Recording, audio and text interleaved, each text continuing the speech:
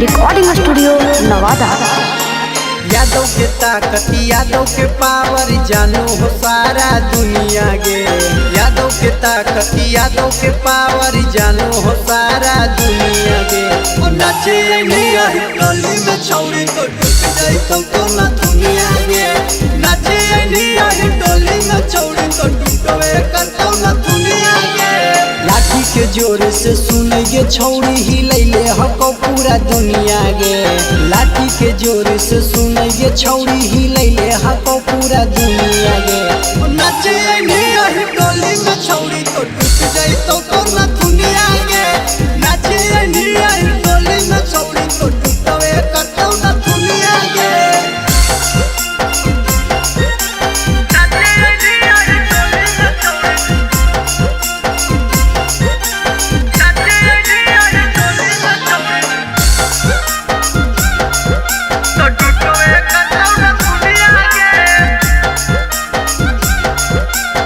Mix by Mukesh Ganpati. के छौरी हो रंगदार खाटी आहिर के जार चोली में डालतौ ना मारिया नाच तो सारी रात।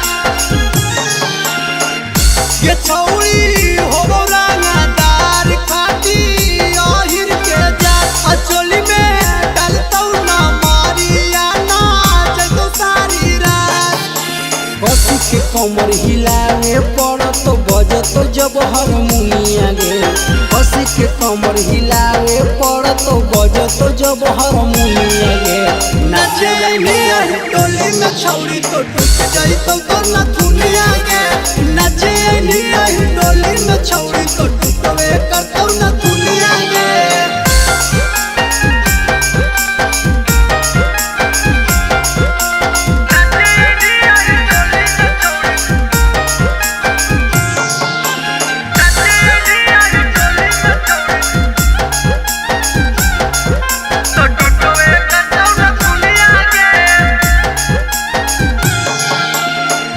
के छौरी हो भी पानी पानी साहे पहिना दरद जदी करमी डरामा पानी कर जाई बौहार। के छौरी हो भी पानी पानी साहे पहिना दरद जदी करमी डरामा पार कर जाई बौहार।